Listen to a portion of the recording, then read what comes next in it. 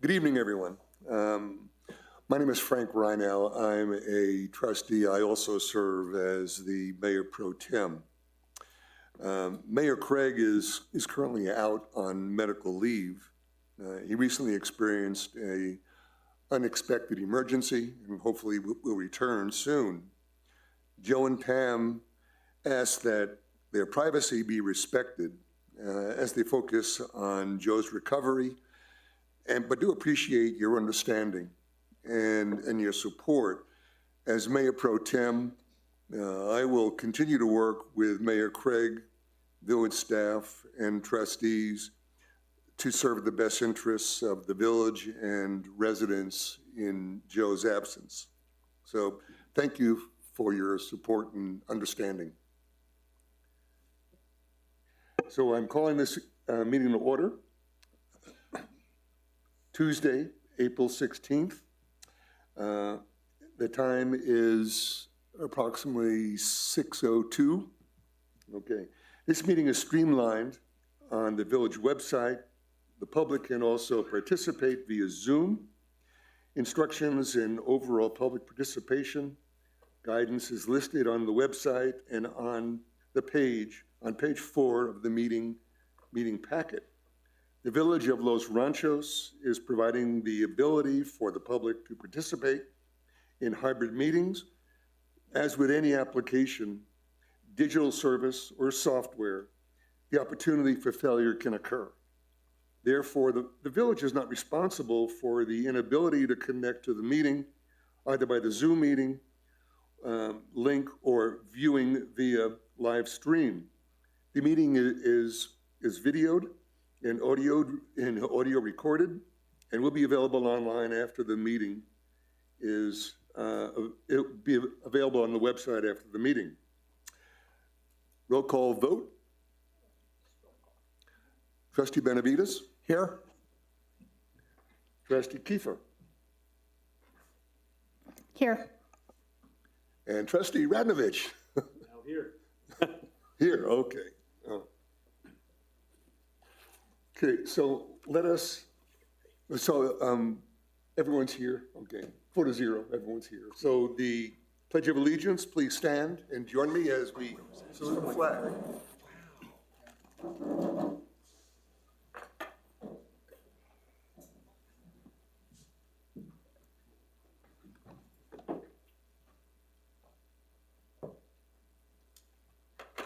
I pledge allegiance to the flag of the United States of America and to the republic for which it stands, one nation, under God, indivisible, with liberty and justice for all.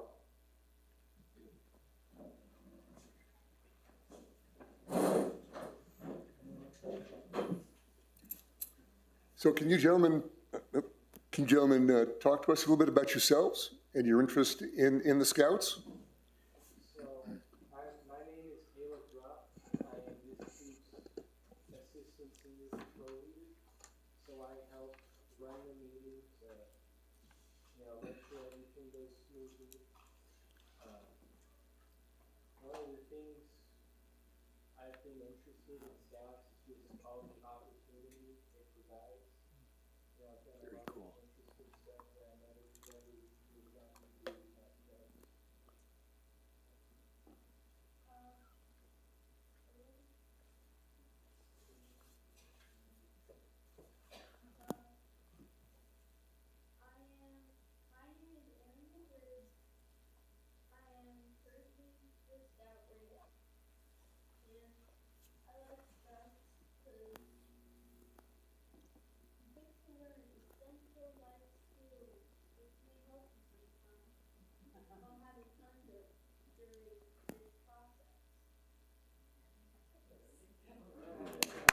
Very good. Okay, for approval of the minutes, is there? So for approval of the minutes, is there a motion to approve or amend the agenda? Mayor, Of the agenda, I'm sorry. yes, approval of the agenda at this point. Agenda. Approval of the agenda, is there a motion to approve? or Motion amend to the agenda? approve the agenda, yes. Okay. Is there a second? Second. Okay. Any discussion from the governing body? Okay, no discussion from the governing body. Roll call vote. Trustee Benavides? Yes. Trustee Kiefer? Yes. Trustee Radovich? Yes. Trustee Rhino, yes. 4-0. Okay. General public comment. Participants wishing to speak on topics that do not appear on the agenda will be given 3 minutes. No action can occur on these items. If you have questions, please feel free to contact staff during business hours. So Danielle, can you proceed calling up individuals who've signed for general public comment? Thank you, Mayor Pro Tem. Trustees, our first person who signed up for public comment is Ms. Camille Vados. If you would, please approach the podium, state your name and address for the record, and you have 3 minutes.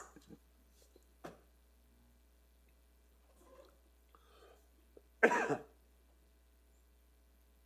evening. I'm Camille Barrows.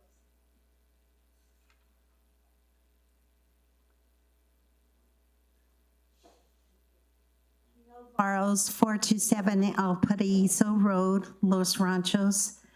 I grew up in Los Ranchos, and I've been here for almost 75 years. But anyway, I grew up in a neighborhood, a traditional neighborhood. So I support neighborhoods, and I know things change, whether it's apartment living, townhouse living, and I don't know what that represents because I've never lived in an apartment. But I had to go to the ER last week, and I appreciated my neighbors to the west of me. They showed concerns. They came to visit.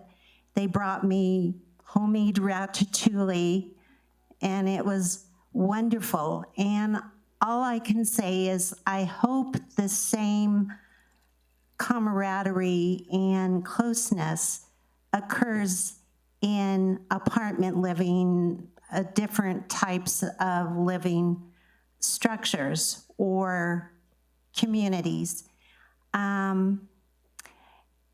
The only other thing that I wanted to talk about was when there was the application for the second winery, and I stand to be corrected, there was 47 new inside the premise parking. So I noticed on the way coming that there was outside the premise in the second winery area or event center. I signed a petition of 300 residential Los Ranchos members, and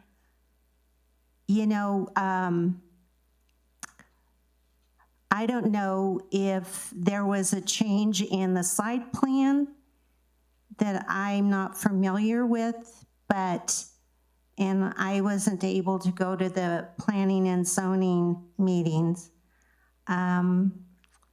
So if, it just adds to the congestion on Chavez, and traffic has always been a consideration with the new developments that are occurring. And was there a change? The speaker's time has expired. Thank you. Thank you, Ms. Vados. Nancy Nangeroni.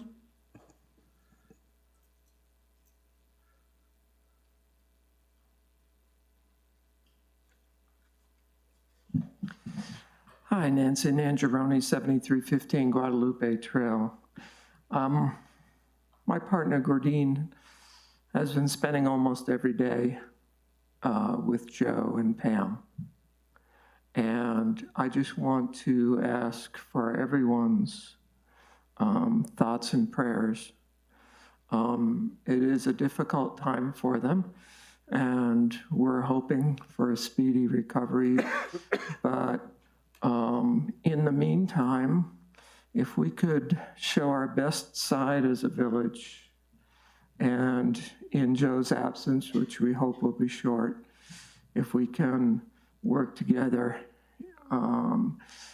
with our better natures and just send our best. Pam is a private person, and so there's perhaps not as much information as some people would like, but that's according to her wishes. And so thank you, everyone, for respecting those and for the kind thoughts you send Joe's way. He's a sweet man, and we're looking forward to his recovery. Thank you. Thank you. Gordine McKenzie, not present. So Mayor Pro Tem and trustees, that concludes public comment for tonight. And before we move on to the next item of business, which is presentations, we just got word that Chief is going to be unable to make it.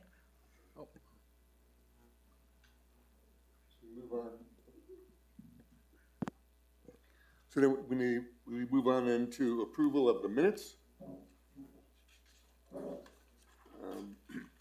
Is there a motion to approve the minutes of, let's see,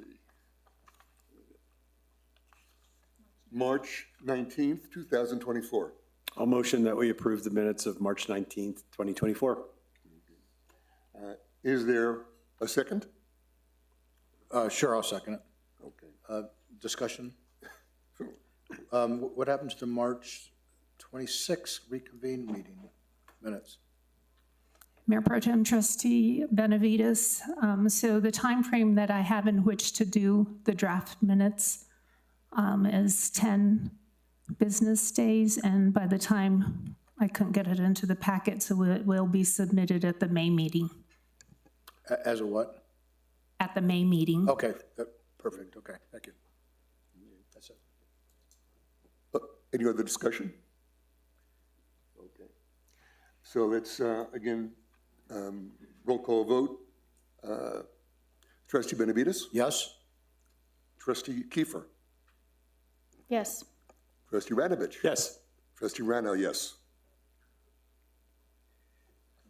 4-0. So we're looking at now department reports. So department reports are included in the packet and reflect all the activities as listed. Each trustee will be able to ask all their questions of staff.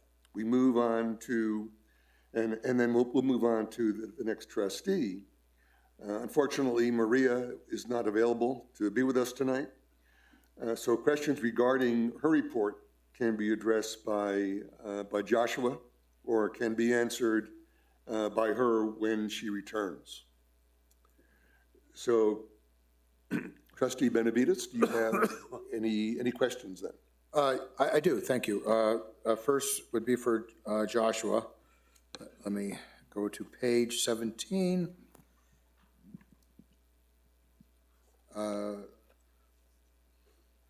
I just wanted, first of all, I do have something for you, but I want to acknowledge that Amelia did quite a bit of work of filling 4,000 eggs for the Easter egg hunt. That was pretty remarkable.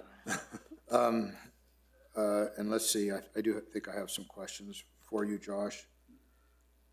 Page 18, there's a bullet that says the Ag Center held their final Agri Futures meeting on April 8th.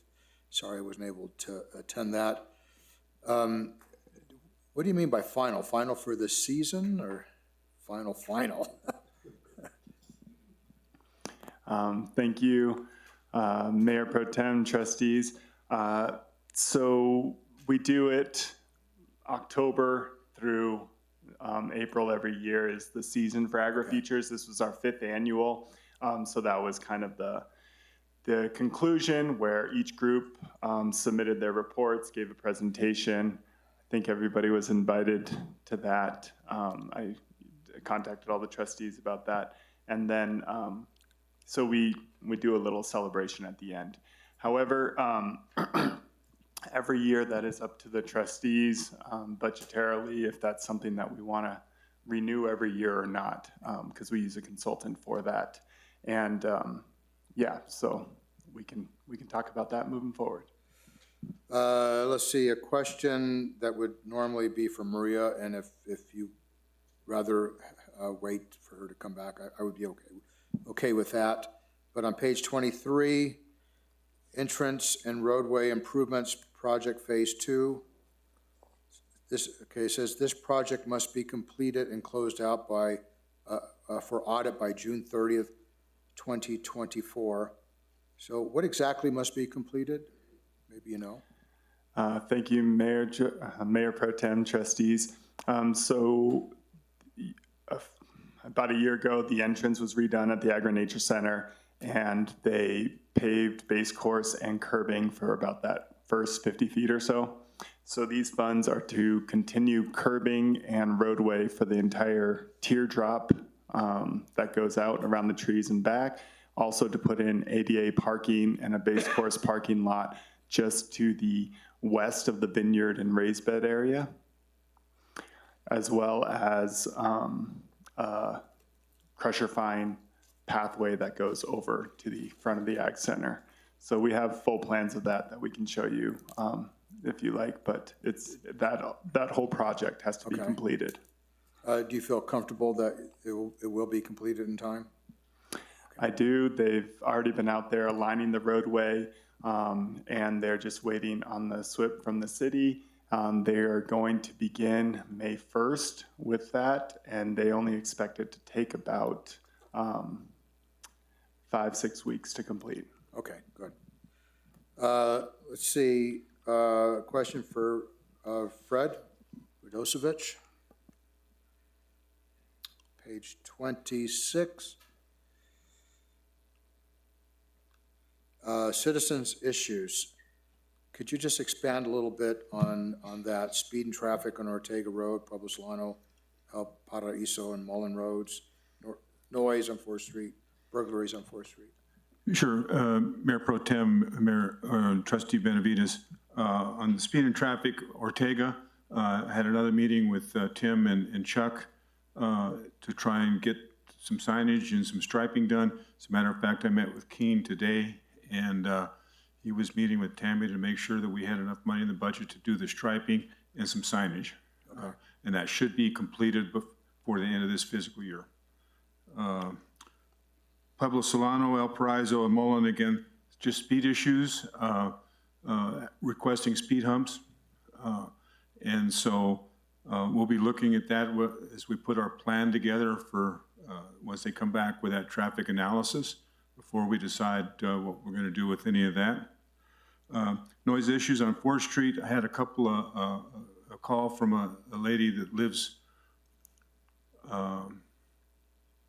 west of 4th Street, and there was a lot of loud music coming from a car parked at AutoZone. It's been an ongoing issue, so I went down there and met with a manager. I think we got that squared away. And so that should be resolved. Okay. Any additional burglaries on 4th Street? Okay. I've had a lot of calls, and there's been concerns about burglaries on 4th Street, and my research is going through the sheriff's office and stuff. We've had a handful since October of last year. It's not something that's a lot of, but I'm working with a couple of the business owners there and with the sheriff's office, and we're going to try and set up a meeting with all the businesses in the sheriff's office in a way for them to be able to beef up their security, so to speak, and give them some preventive ideas. But I've been tracking the burglaries every month now. I'll use this as an example. For the month of March that I just got the report, there were 0. So it's not something that's happening all the time, but I think what happens is people start communicating by email or whatever, and then Next thing you know, everybody think we had 20 or 30 burglaries. Okay. But we haven't had that many, but one's too many, so. How much does it cost for a speed hump? Do you know? It I can ask depends. somebody else. It depends on the length and the width on what we do, but anywhere from 6,000 to 30 to 40,000. That's about right. Wow. And the 30 to 40,000 are the raised crosswalks, in which then we have to make them ADA compliant, and that's where the cost comes in. One of the things we're looking at is, as we move forward, once the transportation analysis is done, is just doing speed tables, not necessarily the raised crosswalks, but lengthening those out a little bit to make sure that we can still do what we want to do. Thank you. That's good to know because a lot of people were asking for them. That's all I have. Trustee Kiefer?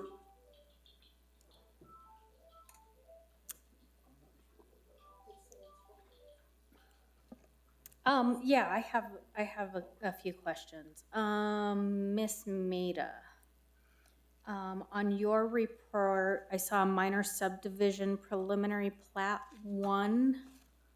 Can you tell me a little bit more about what that subdivision is?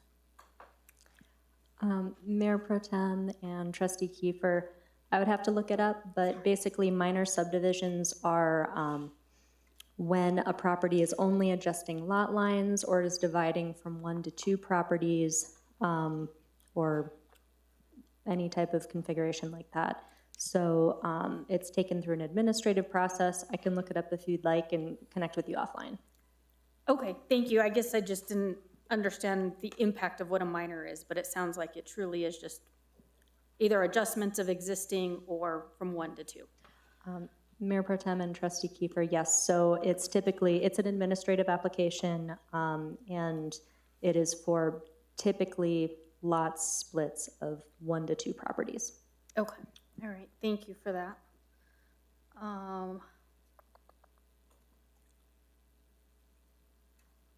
So I have a lot, Josh, I'll give you the opportunity because they're all for Maria. So looking at phase 2 of 4th Street, looks like there were some adjustments to costs.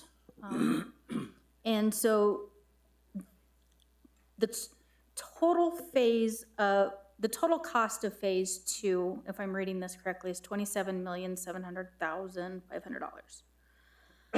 Of that, we've secured $11 million.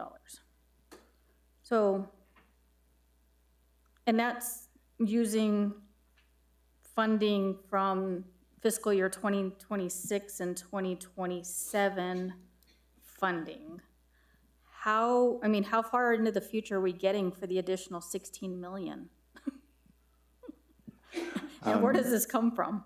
Mayor Pro Tem, Trustee Kiefer. So as you can see, phase 2A is the 7 million. So this, we have coverage to do this next phase through Ranchitos. So that's what these funds that have been secured are to complete the next phase. Going all the way to village limits, correct, we do not have, we're not even close to having those funds yet. Once we complete phase 2A, and we're always going after more funds through the legislative appropriation process, which as you can see, 2021 through 2024, we got legislative appropriation money from the state for 4th Street every year. Now, those are small amounts. I was gonna say that's minimal to $16 million. Right. And we've also been able to secure funds, some funds federally as well. So we'll be looking at grants and federal funds as well. So if I understand, essentially we've got 4th Street covered to Ranchitos, period. Other than that, it's still a dream.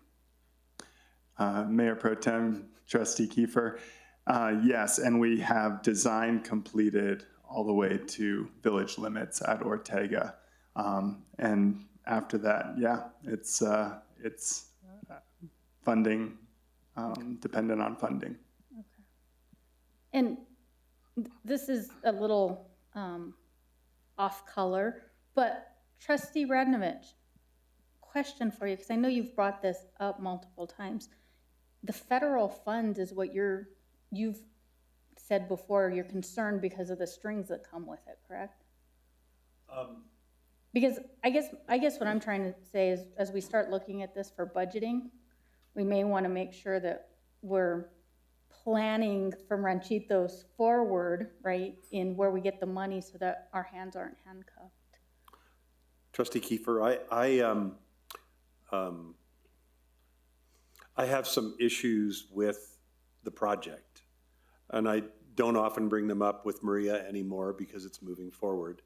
But I have issues because it follows the project now, unlike the first project, follows NMDOT standards.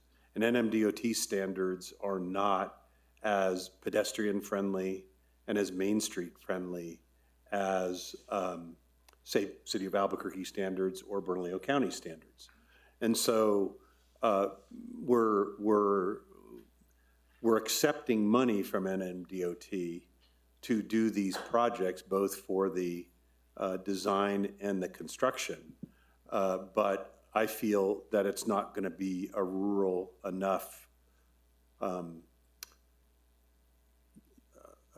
design and construction, and it'll look like more like the part of 4th Street from Osuna and 4th south to Sadie's, with the exception that instead of having stand-up curbs like that section has, it'll have what are called estate curbs, which are the type of curbs they have in tenant farms, as an example. They're just flat.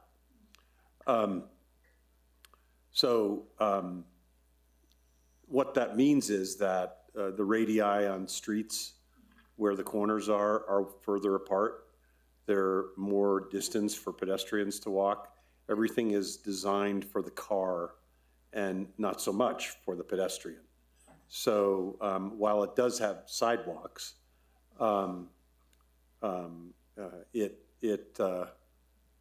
it doesn't have a more pedestrian orientation or a complete streets orientation. And complete streets means that it has bike lanes, all ADA accessible, multi-use lanes or multi-use trails, et cetera, et cetera, et cetera. Well, and that's what I appreciate, and I guess what I'm kind of hinting at is maybe since we're 16 million short, maybe it's an opportunity to start really looking at potentially retooling it. And I'd love to work with you on something like that. I was going to bring up some of that at the next meeting because I have been looking at the plans, and I saw that I believe in May they're going to come to us for final approval, and so I've been slowly cycling through them, through that massive plan set, so I can make some comments like that are more real. Appreciate that, and I'll defer to your expertise because I know nothing about roads except how to drive on them. Thank you. My next question, Josh, I saw municipal roads to be repaved. It said Mullen Road entire length. I'm just curious, since Mullen breaks up into 2 segments, is that both segments or is that one segment entire length? Mayor Pro Tem, Trustee Kiefer, I would have to double check with Keen or Maria, but generally if it says entire length, it will be entire length. Some of the others say west of such and such a street, or so I believe that means the entire length, both sections. Okay, thank you. I'm not going to ask that one of you because that's not fair. Transportation analysis. One of the bullets was the assessment of a hypothetical development scenarios complete on 2 properties on El Pueblo. So can you speak to the hypotheticals, where they're at, what they are? Are we talking more apartments? Are we talking a group of townhomes? What are we talking about when we're doing hypothetical scenarios? Mayor Pro Tem, Trustee Kiefer, I can't tell you. You'd You have don't to know. wait for Okay. Maria on that. I don't know. It's hypothetical? Okay. I don't know. I think that's it. Thank you. Trustee Radovich? Mayor Pro Tem, I didn't have anything but some edits here and there, so no questions, no comments this month. I had just a couple of questions for Maida, okay? And it regards the VC zone moratorium, and you laid out a proposed plan on how we're going to go about doing that. And the plan, again, starts this month and goes through its termination in October. And the number of times where we are going to be engaging with the community is pretty limited, I guess, due to the time frame. And I guess at first it's through an online survey, and then to have some listening sessions, and then to do outreach to the VC zone businesses and property owners to make them aware. And I guess the question I have is that how could we expand the level of participation by residents in the community? Mayor Pro Tem, thank you for the question. So I don't want to speak too much in detail for something that someone else is going to implement, but I am open to ideas for how to expand that within the time frame. The time frame that was adopted by the board was, it's fairly rigorous in terms of the turnaround, which is great. I think within that time frame, things that are accomplishable are a survey to solicit input. I'm a huge fan of write-in comments. I'm starting to try to put together a draft of some potential questions, and what I'm doing is trying to frame them around sections of code that are inserted so that folks responding to the survey can have a really informed opinion about what they're talking about, and then provide some options, but also write in comments so that we can get a more robust idea of some of the concerns or ideas for adjustments to that. So that'll be a great way to document input. The listening sessions, I think, are really helpful for anyone who just wants to provide written or verbal feedback. But again, I'm very open to other ideas the trustees may have. This is just what I wanted to put together and propose so far. And again, I won't be implementing it, so I didn't want to put someone on the hook too far for something else within a pretty quick time frame. Mayor Pro Tem, I have a couple of thoughts on that. Please. Having done quite a few public meetings in my work life, we've often been able to get more people to go to public meetings if there's something beyond the traditional public meeting. For instance, when we were having open public meetings for the biopark, this was quite a few years ago when it was first starting, and beyond that when it had its second phase of work, we gave free tickets to the zoo to anyone who would come. In other meetings, we've had food events so that people don't only come to give their ideas, but if they get enticed by maybe some food and drink, not alcohol, that they may come because it's more of a atmosphere that's more, I don't know if family like's the right word, but maybe has more to offer than just your dry public meetings that we often see happen. So there are some creative ways that we may be able to get more people to come like that we can talk about with. Yeah, I would certainly support that. I would certainly support that. And the number of meetings that I've run have been numerous as well, and to kind of mix it up so that people really feel like they're being heard. as opposed to, to a preset set of initiatives that are going to be taken in order to change the VC zone. I really want to have it open so that people can truly be able to discuss what their concerns are, what their experience has been, what they have seen in other places that could be a learning opportunity for all of us. And I also see now that Trustee Benavides wants to. I was just going to add to that we could use the village vision as a tool.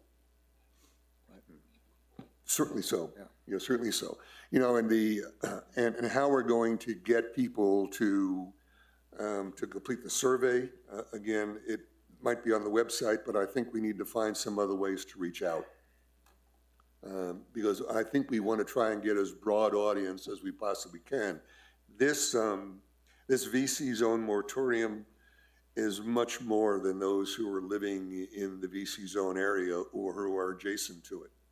It's got implications for the entire village. And I think we need to appreciate that and to be able to ensure that we get input across the board. Other comment? That's all I've got, Mayor. Thank you very much. Okay. Okay.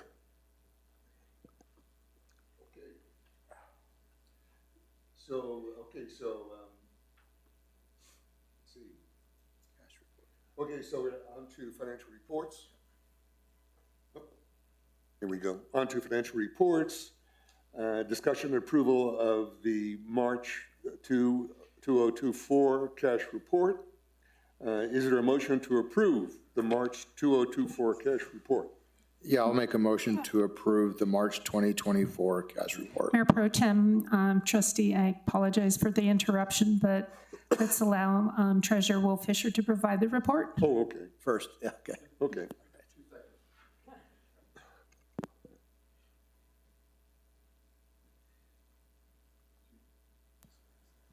2 seconds, I'll be quick. So before you is the cash report for March 31st, 2024. The ending balance for the month was $12,539,720.04, which is an increase of $29,185.02 for the month, with year-to-date excess of revenues over expenditures of $318,659.45.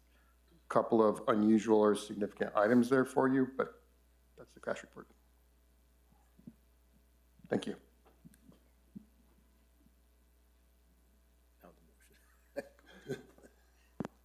Now is. Mayor Pro Tem, now we can entertain the motion. Okay. Now, so is there a motion then to approve the March 2024 cash report? Yes, I'll make a motion to approve the March 2024 cash report. Okay. And a second? I'll second it. Okay. Discussion from the governing board. Trustee Benavides?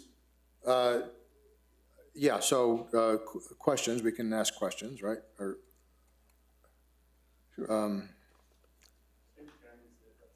Tammy? Okay, there she is, okay. Let's see, page 29. All right, so I'm looking at the encumbered and comparing that with the ending cash balance, right? And there's a deficiency of about $332,000.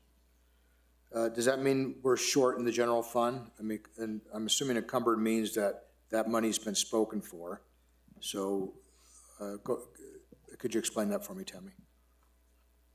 Yes, thank you, Mayor Pro Tem, Trustee Benavides. So what this is explaining here is, in short, yes, we are short as of March 31st, 2024.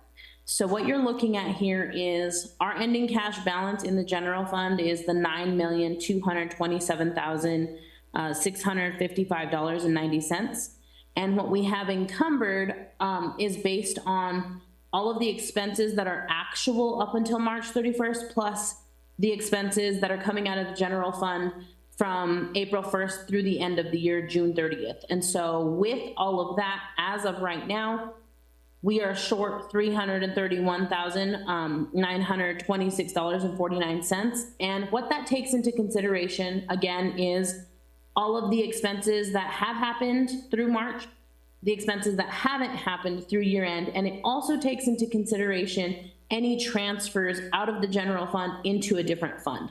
And so this month, the reason why you see that discretionary cash is so low or such a big deficit is because we made the transfer that was budgeted for last year to go from the general fund into our road fund. And so the reason we budgeted for that and the reason we need that is for our matches for the 4th Street project. And that is something in the last budget meeting last April, we put together with the trustees at that point, that we would need to put $500,000 aside every single year for the next couple years into the street fund to make that match. So you are seeing that those numbers will continue to change through year end. We anticipate, based on how we budgeted, that by year end, we will not have that deficit.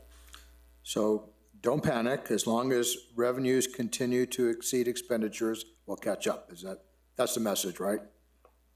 Mayor Pro Tem, Trustee Benavides, that is our hope. And based on how GRT is coming in, we believe that we will meet that and we will not have such a large deficit at the end of the year. Okay, I worry when you use the word hope, by the way. That's the plan, right? Not hope. Hope is not a Mayor, plan. Trustee Benavides, that is the plan, although I can't work any magic, but that is the plan based on what we know. Okay, I'll go with that. So let's see, can we ask questions in regards to the check voucher? Okay, so let's see, on page 34.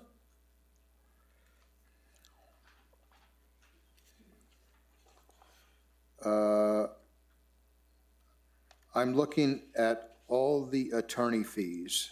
There's a small one with Adams and Crow, and this may have been here before, and it's only $2,000, and I think it's something independent. Well, go ahead and tell us what it's about. So Mayor, Trustee Benavides, are you speaking just about the Adams and Crow one or all the attorney's fees? Because there are several different attorneys that we paid. On the first page, it has a breakout of every single one. I'm going to go through all of them. So Okay. Starting with that one, yes. So, Mayor, Trustee Benavides, I'm not sure if Josh may be able to explain each of the different attorney's fees better than I can, because every single attorney firm is handling something different right now. So I want to know Josh? what that something different is, basically.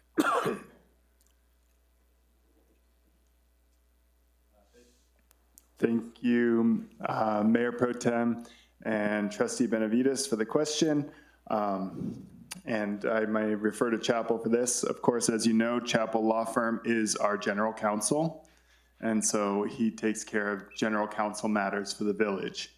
The Ward Law Firm is, we have a contract with them for litigation counsel with the cases that have to do with the Friends of Los Ranchos and formerly Mr. Joe Craig.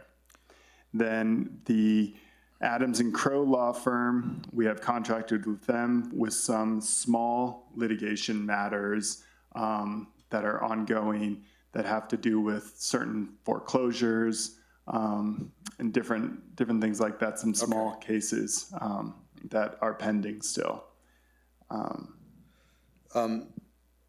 So looking at all the attorney fees, this 2,000 to Adams and Crow, not a big number. Total for Chapel Law Firm is 22,000, and then for Ward is 46,000, almost 47,000, for a sum total of 71,000 in attorney fees, which is a huge amount, right? Maybe unprecedented that we've ever spent that much in 1 month. And yes, there are reasons why we spend it. I get it, but I think the public should know that this is a big number for attorney fees. Unless you disagree that we've done this sort of thing before, you don't really need to respond to it. Okay. Let's see, page 36. Oh, what is, okay, Southwest Soil Health, 40K, what's that about? Mayor Pro Tem Trustee Benavides, so Southwest Soil Health is the contractor we are using on the Paseo del Norte property right now, and that money is for a new ditch that's being put in, fencing, grading, all of the infrastructure improvements that are happening there right now. They are the ones who are completing that for us. I thought I talked to Jacobo about this, and he said he was getting paid to put the ditch in. Yes, Mayor Pro Tem Trustee Benavides, that is his company, Southwest Soil Okay, Health. all right. That makes sense, then. That is all I have. Thank you. Trustee Kiefer? I'm good. Trustee Radovich? Oh, I was going to note the same thing about the legal fees. We were really being battered by the legal fees that we were spending in the last administration, and it doesn't seem to be changing. So I thought the exact same thing. It's a really large number, as large as the Stelzner firm and others in the last go round. So I wanted to comment on that as well. Thanks for bringing that up. So I'm not going to say anything more about that. I continue to be really pleased about our revenues. It just keeps going up, and everything is looking good year after year. So, it looks like we had $70,000 in revenue increases just in this last month. So I know you didn't have anything to do with that, Tammy, unless you bought a lot of stuff in Los Ranchos. But it's just something to note as well. It's really great.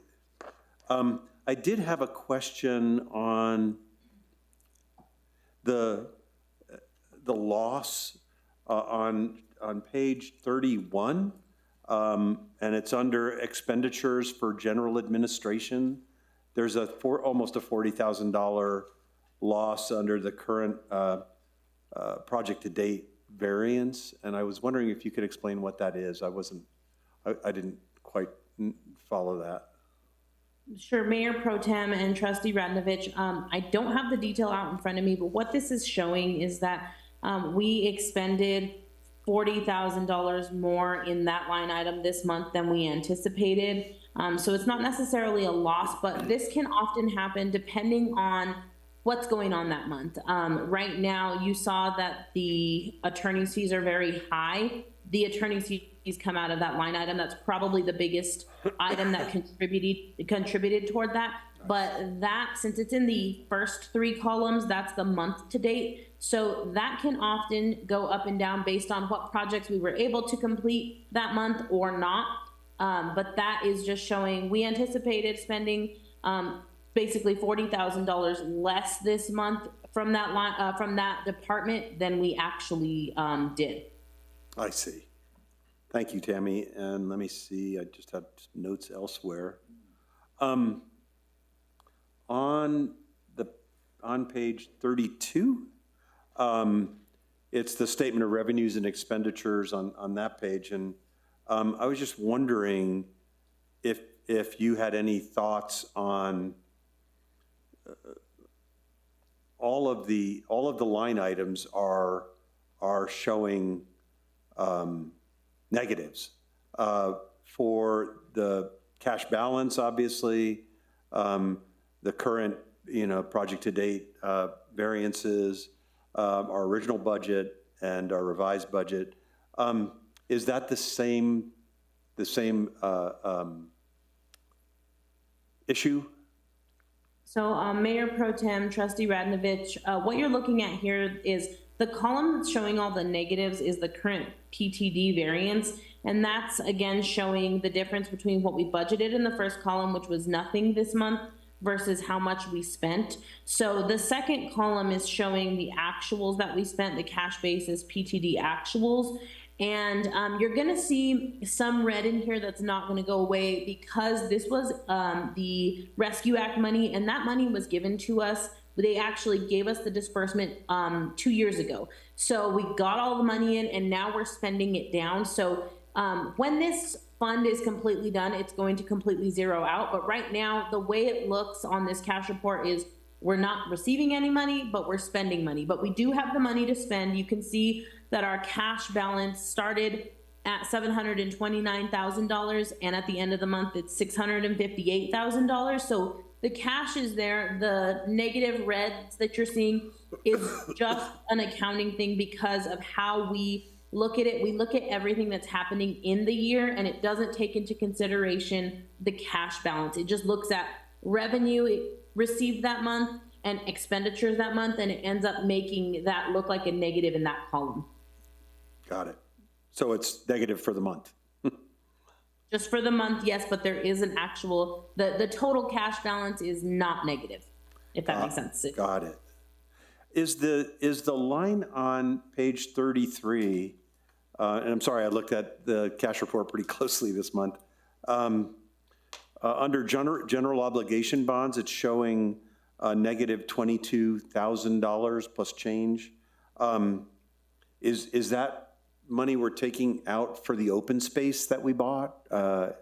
Is that what that is? Because we don't have other general GO bonds, do we?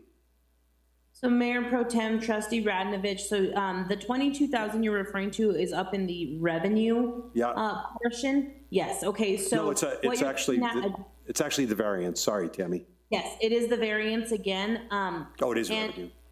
Basically, that revenue that's coming in right now is delinquent property taxes. So we get two big chunks of property taxes, usually in November and in June. And so any other months when that comes in, our revenue is very low.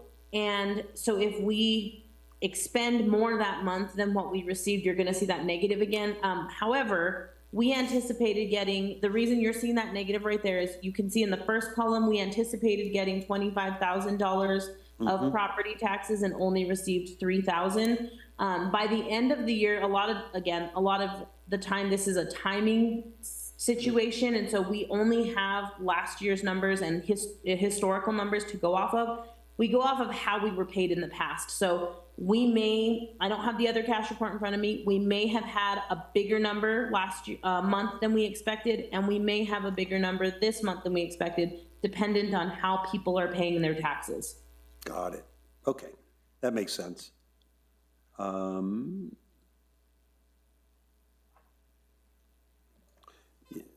The rest of mine, I think, are the legal fees.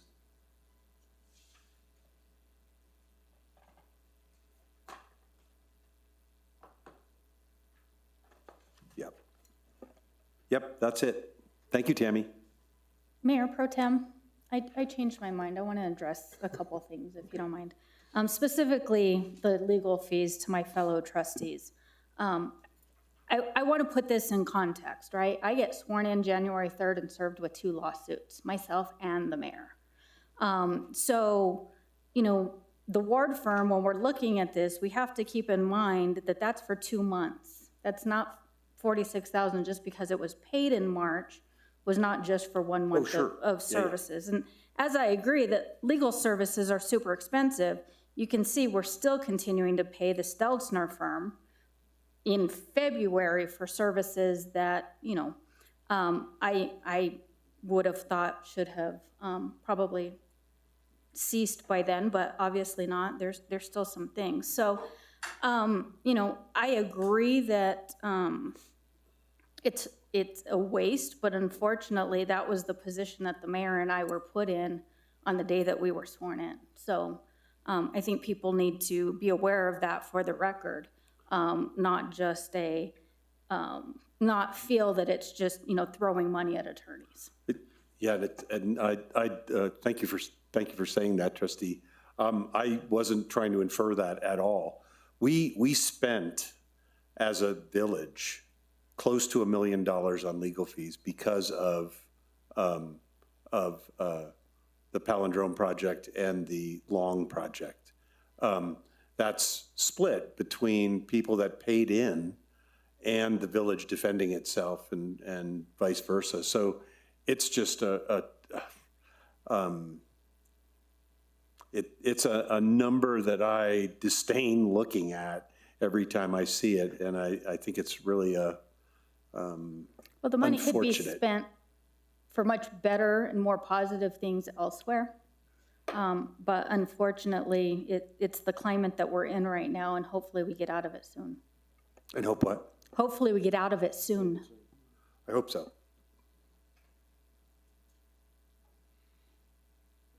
I have no further questions on the finance report. So at this point, though, do I have a motion? I'm sorry, we already have that. So to approve the finance report, Trustee Benavides? We're voting, right? Yes. Trustee Kiefer? Yes. Trustee Radnovich? Yes. Trustee Rhino? Yes.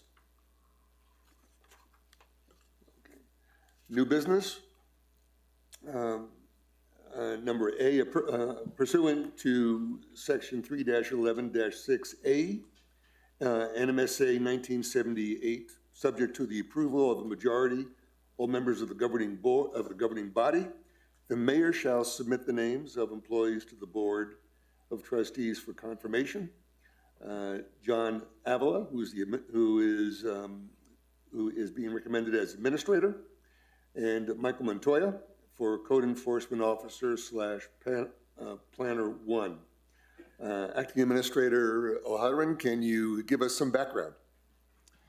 Thank you, Mayor Pro Tem, trustees.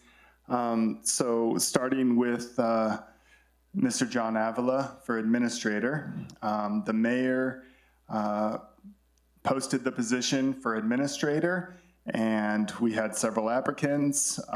We weeded them out based on who was qualified and meted the minimum qualifications. The mayor has appointed John Avila as his administrator. Included in the packet is his cover letter and resume. John Avila is highly qualified and comes highly recommended to us, and I will stand for any questions regarding the interview process and his appointment. Are there any questions at all from the trustees? Just Trustee a Benavides? comment. I wish he was here so we could meet him, but he's not.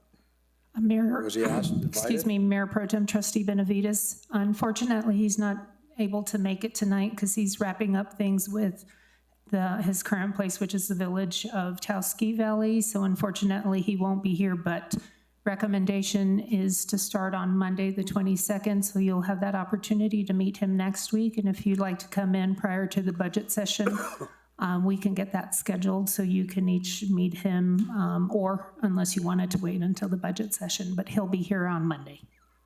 Thank you. Trustee Kiefer? No, I mean, his resume looks outstanding. I appreciate the fact that he's finishing out his business at Towski Valley. That tells us two things. One, that he's committed, and two, that they want him to stay, which is always a positive thing. So I look forward to having that position filled. Trustee Radnovich? I just had some comments more than anything. I did actually look into John Avila when I saw his name. I knew he worked for the city of Las Vegas, and we work for the city of Las Vegas, our company. So I called a few people that were there when he was there, and he sounds like an outstanding hire. So I think he'll work out really well. I believe he's trying to get back into the Albuquerque area, which is where he's from originally, and I think he's a really good choice. On the second, we're not on Michael Montoya yet. Sorry. No, that's all I had. So I'm wholeheartedly happy to approve John Avila. I guess in looking at John's resume, I would certainly concur with with all that's been said. His experience in local government, especially smaller cities within New Mexico, I think is extremely good. And I'll tell you, if he can survive Las Vegas, he can survive anywhere. Okay. Further comment from anybody? No. Okay. So what about the second hire, who would be Michael Montoya? Okay. Yes, so the mayor has appointed Michael Montoya as Code Enforcement Officer / Planner 1. And also included in the packet is his cover letter and resume. We've been trying to beef up our planning and zoning staff, and he comes as a good time as we're losing our planning and zoning director. So he comes from Bosque Farms, where he was the planning and zoning director there. So he has some expertise that he'll bring to the village. Is there any comments? Trustee Benavides? No, I have none. Trustee Kiefer? I just had a question, and it might be a terminology thing, Josh. You said appointment, but this is an appointed position, correct? This is a classified? Correct. Okay. Sorry. Thank you. Trustee Radnovich? Just a comment, and Maida, you may have a thought on this, I'm not sure. I realized, and I looked at his resume, he looks like he'll be a great code enforcement person. And I saw that he was a P&Z commissioner in Valencia County, which is a good experience. But calling him a planner, planners go to school for planning, they get degrees in planning, they get certified as planners, and calling him a planner doesn't quite fit the description. So I just thought I'd comment on that and see if you had any comments on it. Happy to comment, Mayor Pro Tem and Trustee Radnovich. So this individual has a great deal of experience. It's not only going to school, but experience in planning. He is a current planning and zoning administrator, which he's done for a little bit now. So he has a wealth of experience in planning and zoning matters, takes things to the commission, anything like that that involves planning and zoning. A lot of experience in code enforcement as well. So I would say that, I went to school for planning. I think it's important, but it's also all of the certifications that he's been keeping up, all of the time he's been doing those jobs. He's also not the planning director as an appointment. He's the planner. He has incredible amount of experience as the planner, more than commensurate for that position.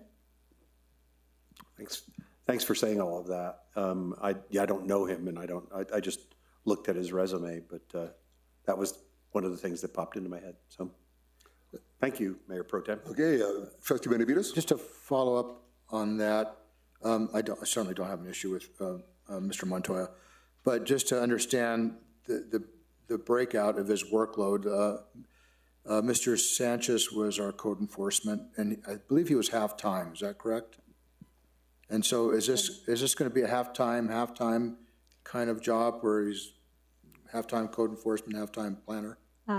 Mayor Pro Tem and Trustee Benavides. So we have, Mr. Sanchez's position was part-time, and we wanted to turn it into a full-time position to entice someone to come and fill that position. It didn't have benefits. There were some challenges with potential hiring for that.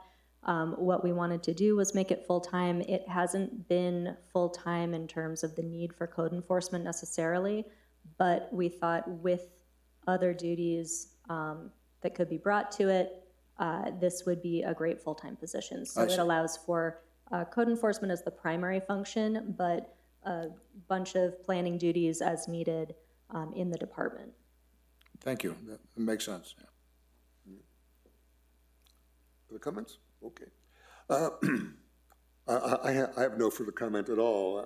So I want to ensure here, is there a motion now to approve the confirmations for John Avila and Michael Montoya? Go ahead. I'd like to motion to approve the appointments of John Avila and Michael Montoya. I look forward to meeting them both. Is there a second? I'll second. I'll second. Okay, in terms of vote, trustee Benavides, Yes? trustee Kiefer, Yes. trustee Radnovich, Yes. trustee Rano, yes. Is Mr. Montoya here tonight? Mr. Montoya is not here as well. He was kind of tying up things. He will be starting tomorrow based on your confirmation this evening, so he'll be in office tomorrow. Nice. Trying to get him with Maida for a couple of days before she departs. Okay, so moving on to to B, discussion approval of resolution number 2024-04-01, resolution accepting approval of a celebration permit. Mr. Halloran. Thank you. But what you see before you is a resolution for a celebration permit at the barn for June 8th, which will be an event that's put on by Edible New Mexico for their Burrito Smackdown, which is an annual event that they do in New Mexico, and this year they're bringing to Albuquerque. So this is an approval to serve alcohol at that event. And I'll stand for any questions. Need a motion first? Oh, yeah, let's go motion first. Okay, is there a motion to approve resolution number 2024-04-01? Yeah, sure. Motion to approve resolution 2024-04-01. Is there a second? Yes, I'll second it. Okay. Is there, excuse me, further discussion from the governing body? Trustee Benavides. Yeah, question, Joshua. So we'll be using the barn, and so I assume we charge them the standard barn fee of $300, and that's all the village collects. Is that correct? Mayor Pro Tem Trustee Benavides, they are renting the barn, the parking lot as well. And then, of course, we get vendor fees and GRT. We're making sure that they register all their vendors with the village so that we get the vendor fees, the vendor GRT from purchases made at the event. And they'll also be purchasing an ad. Well, they did purchase an ad in the Village Vision for that. And how much to rent the barn and the parking area? And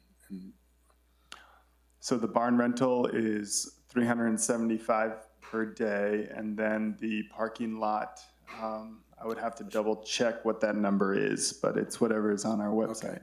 Okay. But we will collect GRT from the vendors. Because sometimes in the past, that slipped through the cracks, I believe. Mayor, Trustee Benavides, that has happened. We have been cracking down on that, and Michelle's been doing a great job at getting the organizer of the event, gets all the vendors together, gets all their vendor permits, everything together, and then brings them in, pays it all at once, and then and is responsible for bringing in the proceed numbers afterwards. Well, good for you guys, because I've been harping on that for quite a while. Thank you. Trustee Kiefer? No, it just sounds like a fun event. I pretty much had the same questions as Trustee Benavides of, you know, how do we make income and what type of income are we getting? So thank you for that, Josh. And kudos to you, Maida. You're the one that kind of got everybody in line on collecting permits and ensuring that the ordinances were being followed to collect that money. It's a team effort. Thank you. Trustee Radnovich? Just a couple of comments. One is that sometimes events, especially like this one with Edible New Mexico, do some things for the village that go beyond money. And so I think there's some benefits to some events that just bring a kind of notoriety to the village. And this one seems like one of those. The other is more of a question, where's hops? I didn't see them in the list of people. I'm gonna have to talk to Jim about that. So I think it's a really great event, and I don't think I've ever been to a burrito smackdown, so I really look forward to trying, to going. Thank you, Mayor Pro Tem. Okay. Yeah, I haven't got any questions. Again, I think it'll be a wonderful event, and to the degree that we can really get the word out and get people to participate and hopefully increase our gross receipts in doing that. So I think it'll be a great opportunity for us. Okay. I meant to ask, Danielle, did we have anyone who wanted to speak to this? Mayor Pro Tem, trustees, we had no one sign up for this. Okay, so at this point then, so do I have a motion then to approve this resolution? We have a motion and a second. Okay. So then, yeah, we just need to vote. Okay, so Trustee Benavides? Yes? Trustee Kiefer? Yes. Trustee Redovich? Yes. Trustee Rano, yes. Okay. So the next part of business is number C, discussion approval for general counsel for the Village of Los Ranchos, resolution RFP number 2024-03-GC, Chapel Law Firm, PA, authorizing the mayor to execute and enter into the contract. Mayor Pro Tem, would anybody like to ask questions of me before I leave the room so you can talk about me? I want you to leave the room right now. But perhaps explaining the concepts of a general counsel and why it's structured that way.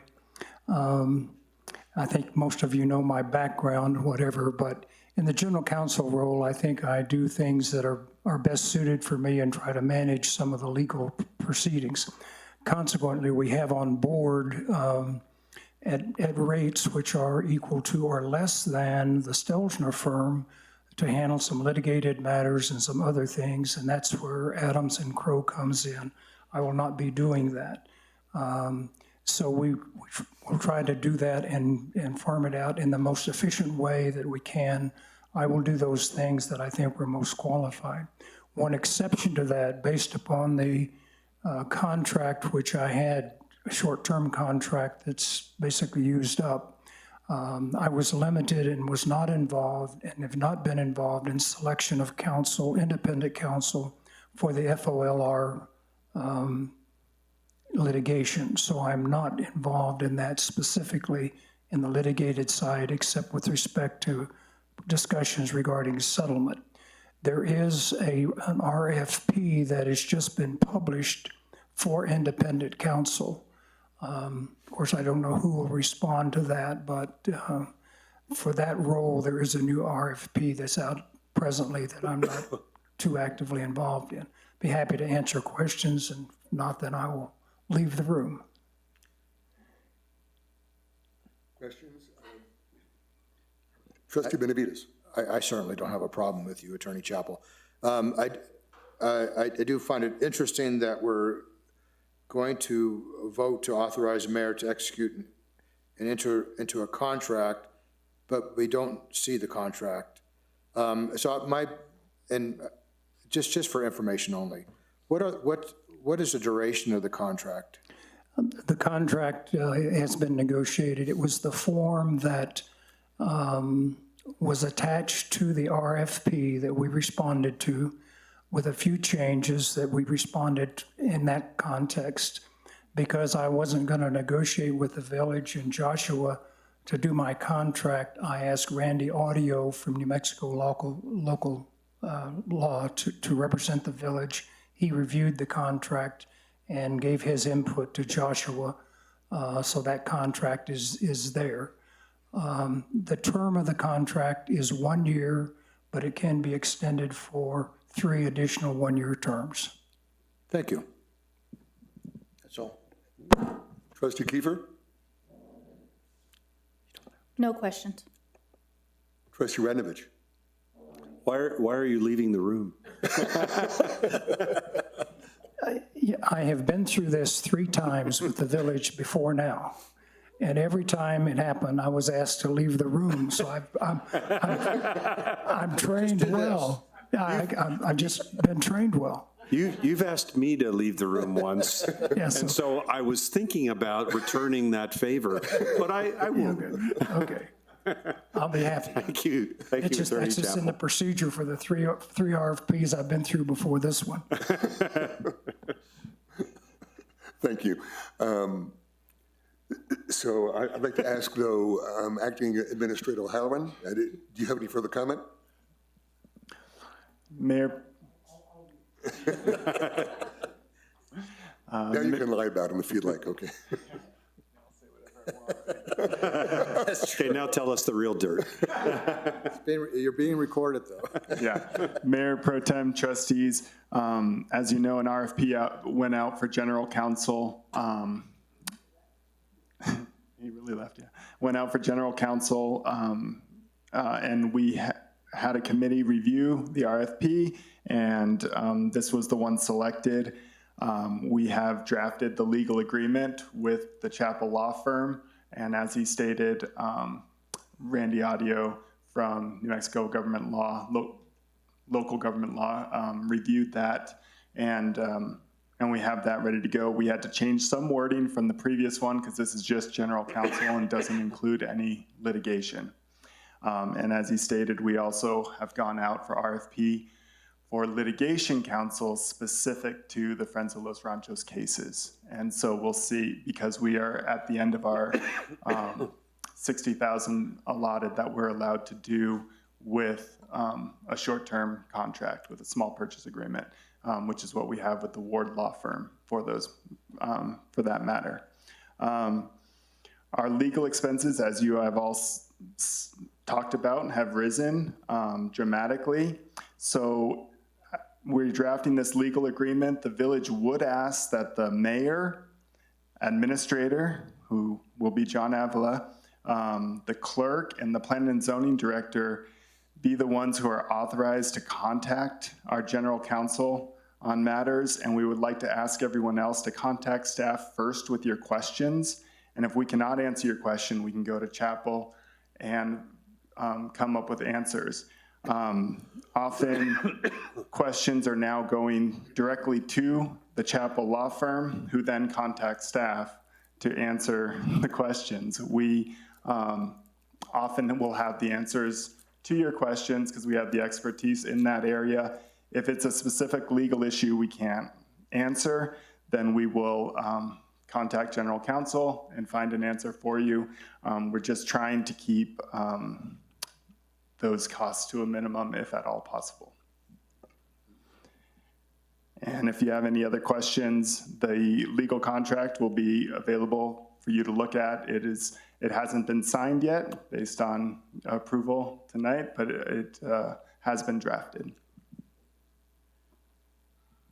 So as I understand it, at this point, though, it is to approve the mayor executing and entering into the contract with Chapel Law Firm. Okay. So is there a motion to approve the mayor entering into a contract with Chapel Law Firm? Is there a motion for that? I make a motion to approve for general counsel for the Village of Los Ranchos in response to RFP 2024-03 GC Chapel Law Firm, authorizing the mayor to execute and enter into contract. Is there a second? Sure, I'll second it. Okay. Floor is now closed for comments. Roll call vote. Trustee Benavides. Yes. Trustee Kiefer. Yes. Trustee Ranovich. Yes. Trustee Rano, yes. Okay. Motion carries. Okay, we can invite him back in. Okay, so this is an opportunity then for informal discussion among the members of the Board of Trustees. And again, the discussion is informal. Mr. Chappell, congratulations. So the board will take no official vote or other action. And so let's open it up to discussion at this point. Trustee Benavides.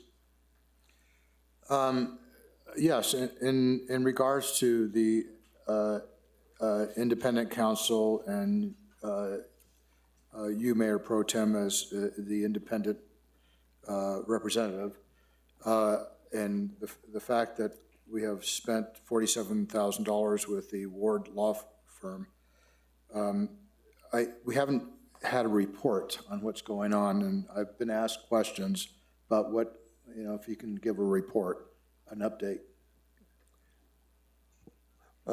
At this point, I wouldn't be ready to do that.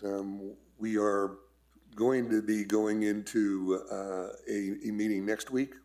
I'm sorry, at the end of this week.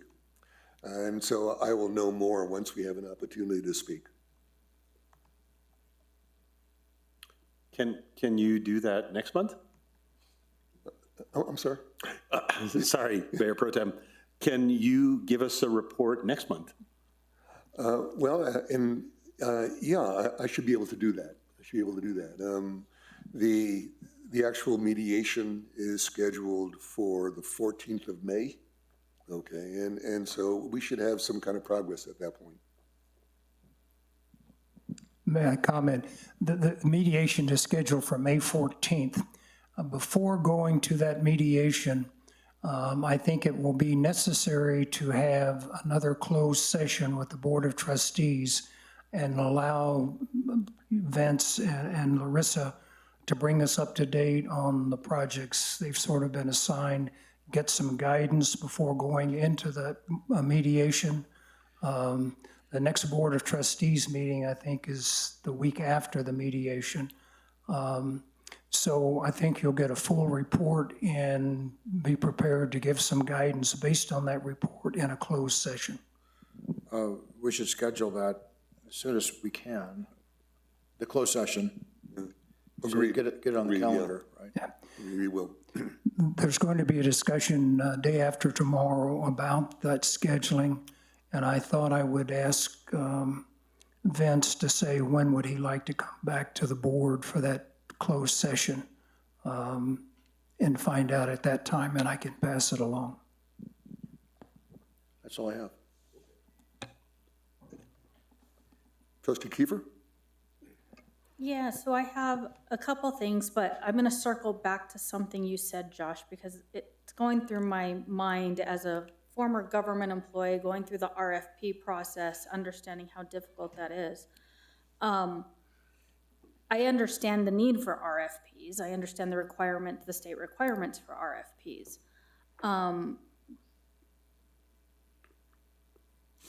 The litigation RFP, I want to make sure, because I want to make sure I understand. You said that one specifically for the Friends case, correct?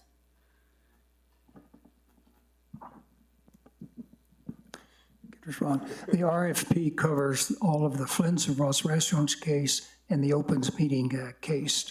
It also covers the two cases that were filed January 1 and January 3rd. The one filed on January 1, the court ruled in the favor of the village. Chavez Guadalupe did not appeal that decision, so that one's basically done. The Palindrome case, which was filed second against the village, is still pending and has been stayed by agreement past the mediation. I guess my question and my fear is, we've gone this far with current counsel with the Ward Law Firm.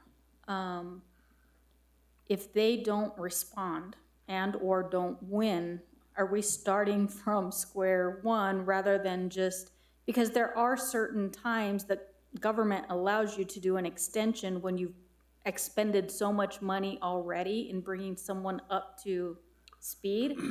I would much rather, I think it would be much better for the village coffers to do a extension of that 60,000 than to do a full RFP and potentially not have the same firm win, and now we're starting from square zero. Danielle is the Chief Procurement Officer, so I think she should respond to that. Thank you, Mayor Pro Tem, trustees. Yes, there is that under the state statute that you can extend a contract. However, it's short-term, and we'd have to make a determination as to why we wish to do that. However, based on attorney's guidance, we did put out that RFP specific to those, so that's what we did in response to the Chapel law firm, the Chapel law firm being unable to do the litigation. So that's the best guidance that we had from Chapel law firm at the time.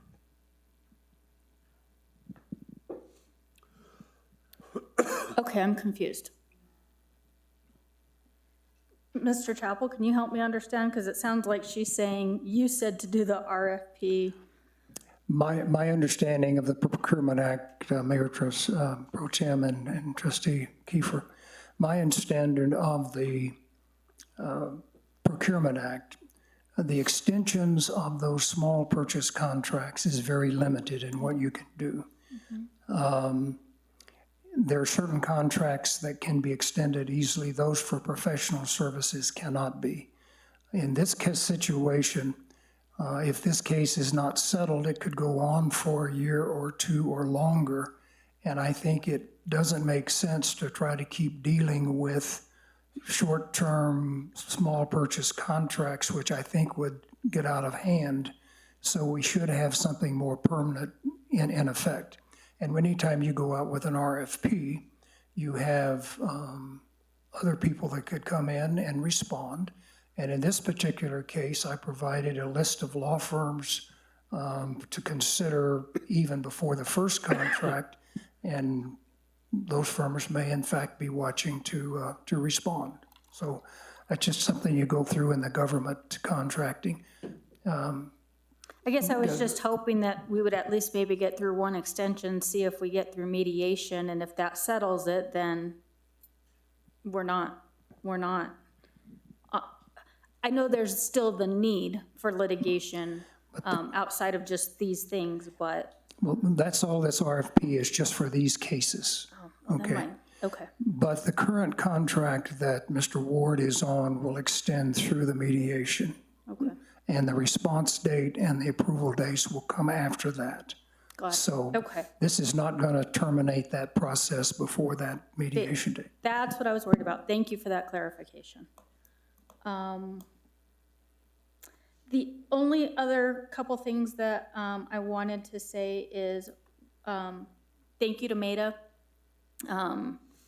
It's been a pleasure, short time working with you, but you've been very responsive to what I've asked you to do in short periods of time, and I really appreciate that and helping me adjust. And so I look forward to also talking with you later this week to get my hands around some things that I'm sure I'm going to see at some point.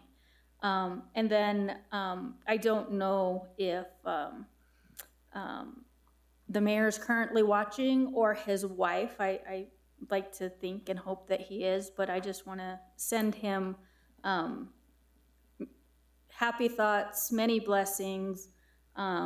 You're missed, and we can't wait for you to get back and get back soon. So that's all I had. Trustee Benovich, I'm sorry, Trustee Benovich. Yeah. Trustee Benovich.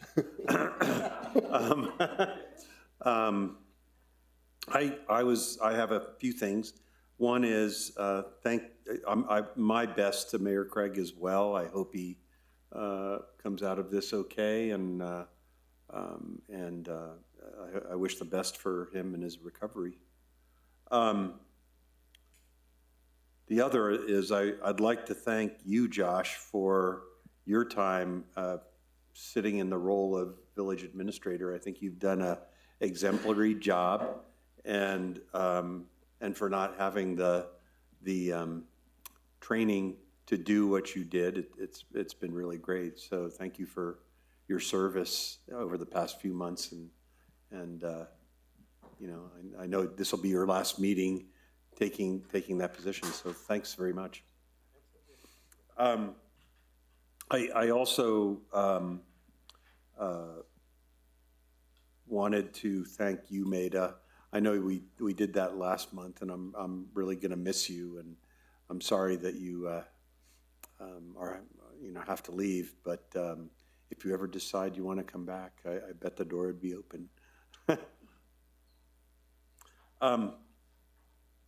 So one thing I wanted to bring up is, and I think we saw a little bit of this tonight, but when we ran, when so many people ran for mayor last November, some of the candidates were saying that we really need to have time to heal from the division that the village has had.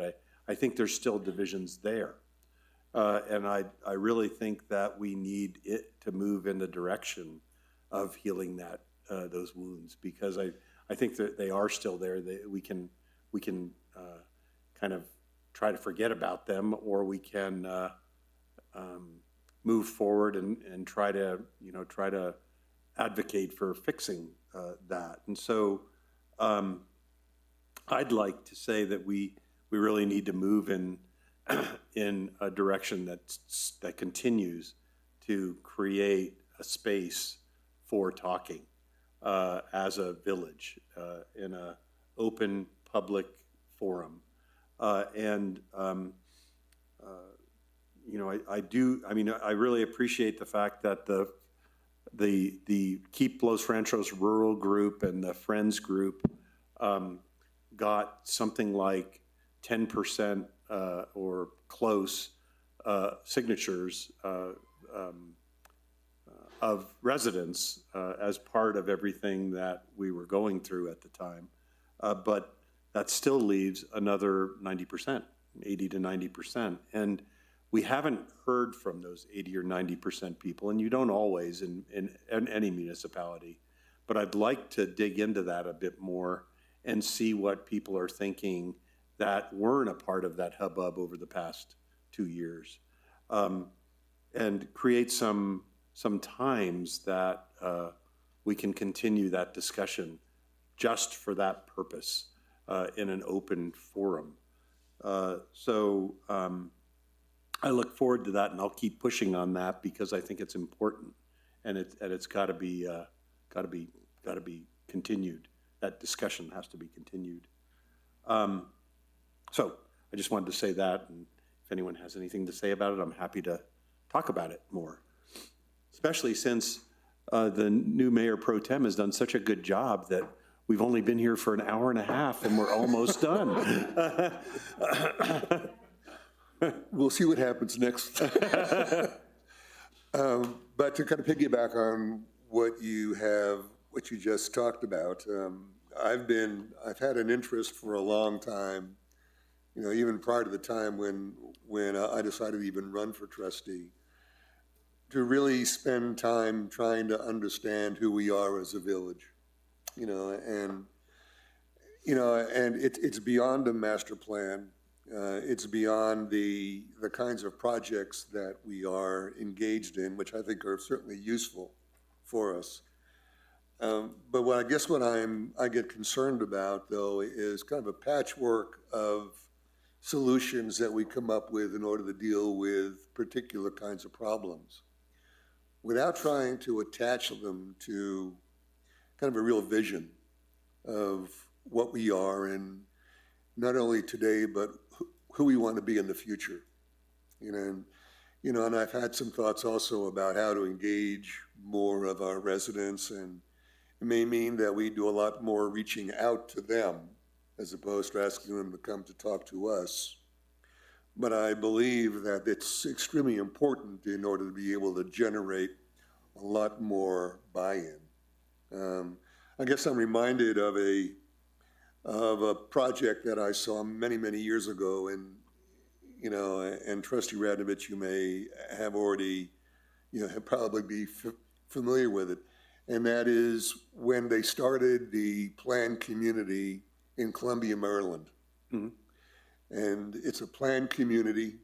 What is absolutely intriguing about it, and I think other municipalities across the country have followed it, is that they started off with a significant public input process, public engagement process. It wasn't just input, it was really visits, 1-to-1, 1-to-3, small group, large group, but it really enabled people to start talking to each other. And I think that's something that we need to be considering and moving forward. And so I would certainly appreciate any kind of suggestions that you all would have in order to make that happen. Well, and that was, I think I've also, I share your sentiments exactly. And I don't think we're embracing technology enough either. There's a lot of options out there in reaching out to the community through technology where people may feel more comfortable than coming to a meeting.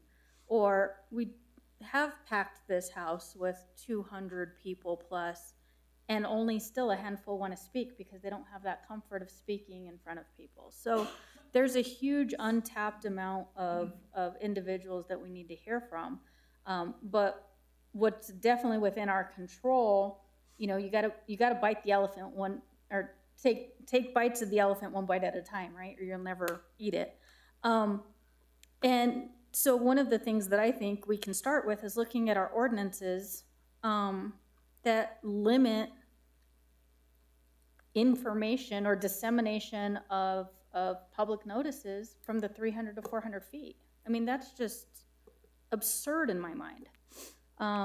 It should definitely go a lot further, and that forces through the ordinance that we have control over to get those people's buy-ins of what's happening in their area, rather than it having to be a constant event or some other push through. So, I mean, I think that's a great place to start too. I have a question about that for you, Danielle. As I've said in the past, I've done a lot of work all across the state and the region with councils and trustees and municipalities, and it's always 300 feet. Is that a state standard? Is that in the state statutes for government? Mayor Pro Tem, Trustees, I do not have the answer to that, but that is written into ours, and it's either based on 300 or 400, depending on the acreage. Yeah, it's quarter mile or three or 400. I'll defer to Maida on this one. Mayor Pro Tem and Trustee Radnovich, so in our ordinance, correct, it's 300 feet from the property boundary of properties less than 2 acres. And then more than that, it is 400 feet. And I don't know if it's in the state statute, but now I'm curious and I'm going to check. So thank you. Yeah, it just it is struck typical. me tonight. It is very typical. Well, and I would assume, Trustee Radnovich, if it is state statute's notorious for minimums, right? Yeah. So I've got my preference, but it may not be doable. But I think the minimum is definitely not suitable for our village. Yeah, and I don't know whether that's minimum or not, and so I'd be interested to hear what you come up with, Maida, before you leave, because if it's state statute, then we typically follow state statute. So, I mean, I agree we can do anything we want to a degree. But Danielle, our ordinance could change as long as it's benefiting or it's going above and beyond, not taking away, correct? Yeah, it'll, I mean, there's more expense involved in Yes. that and other things, so. Mayor Pro Tem, Trustees, yes. So we're not a home rule, so we can't make up our own charter. We don't have a charter, so to speak, so we do fall under state statute. So we could take a look at that ordinance at any point, and Attorney Chappell, I think, would like to speak on that. But yes, you will have to consider expenses, because mail is expensive these days because we do notify individuals by USPS, the cost of printing, et cetera, et cetera. So we'll have to take that into consideration. But if that's the will of the governing body and you wish to take a look at it, we can do that background to find out if it is in state statute, and we can also poll other communities to see how they do it. Hey, Danielle, is it only, and you may know this too, Attorney Chappell, but is it only cities and towns that have charters?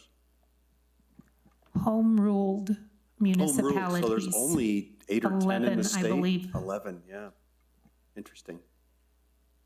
So we would have to have a charter in order to, Trustee Radnovich, I can address that.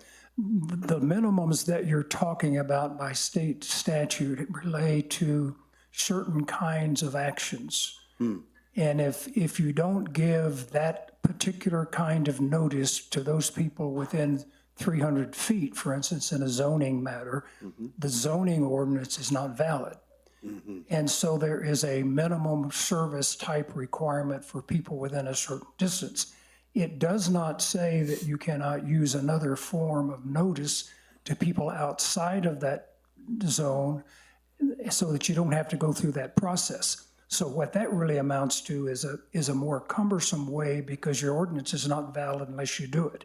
If you can adopt something to notify people in a different way outside of that, there's nothing that keeps you from doing it today and could be adopted. So those kind of rules we don't want to change, because if you say 500 feet, then it, by quadruples the cost of a particular kind of service in order for your ordinances to be valid.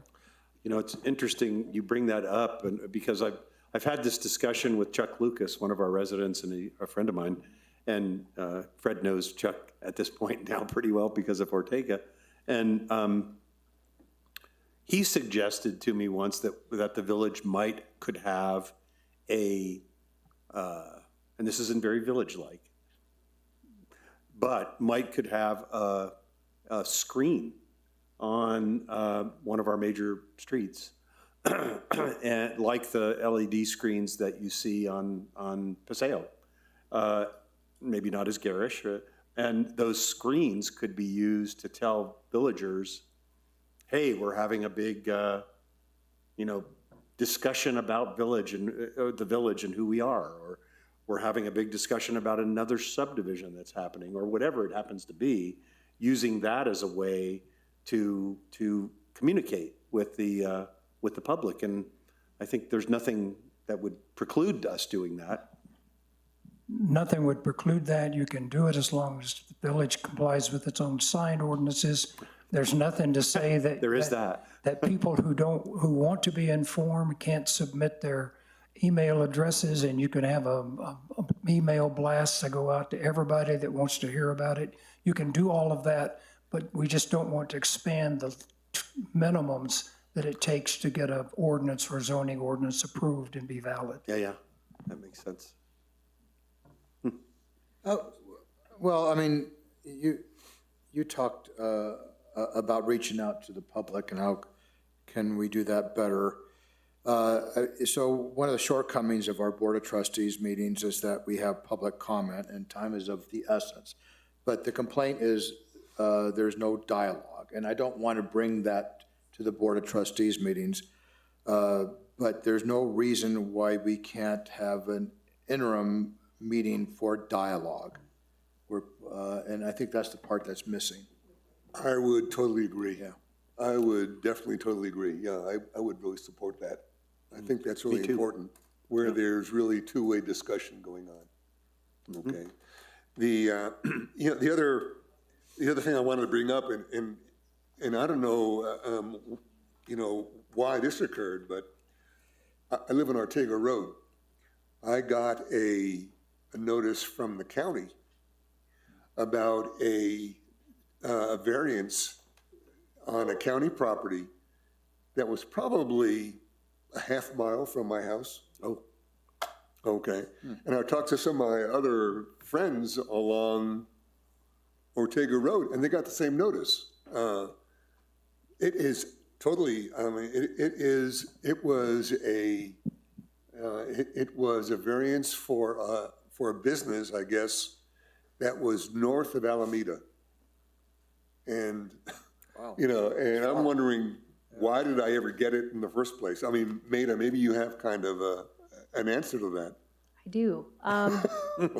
Thank you, Mayor Pro Tem Moreno. So we notify within the boundary whether you're in the village or not, and I think most municipalities do that as well. I think it doesn't matter what municipality you're in, it has to do with your notice boundaries. So we send things to people in the city of Albuquerque and the county when it's applicable. But they're located a half mile from where we live. That seems a bit extreme to me. I can't speak to that. Okay.